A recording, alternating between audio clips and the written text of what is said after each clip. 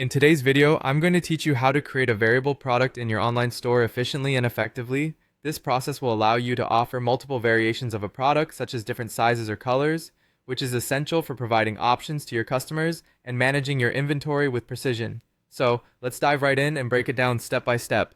First, we'll start by creating the variable product. Once you're in your store's dashboard, navigate to the products section. Here, you'll have the option to add a new product. Click on that and you'll see a field titled Product Type.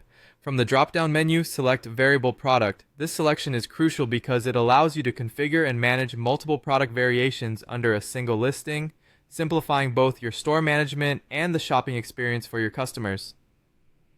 Next, we need to add attributes to your product.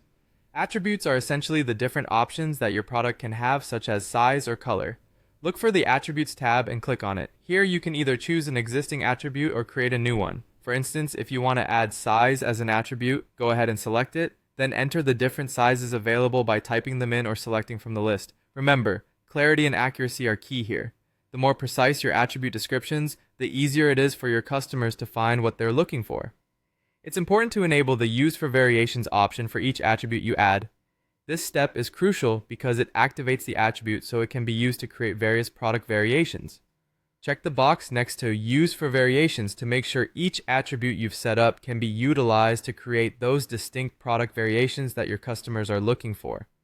Now that we've set up our attributes, let's move on to adding variations. Head over to the Variations tab and it's time to create those different versions of your product.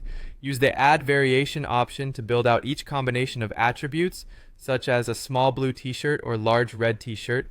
For each variation, you'll need to fill in specific details like price and stock status.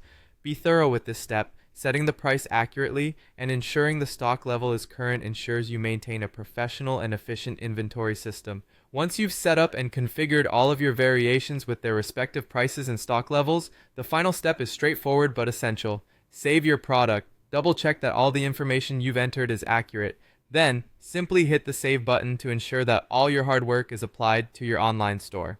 And there you have it, a complete guide to creating a variable product with all the necessary customizations. With these steps mastered, you'll offer a seamless shopping experience for your customers with enough variety to meet their preferences. Thanks for watching, and remember to subscribe for more helpful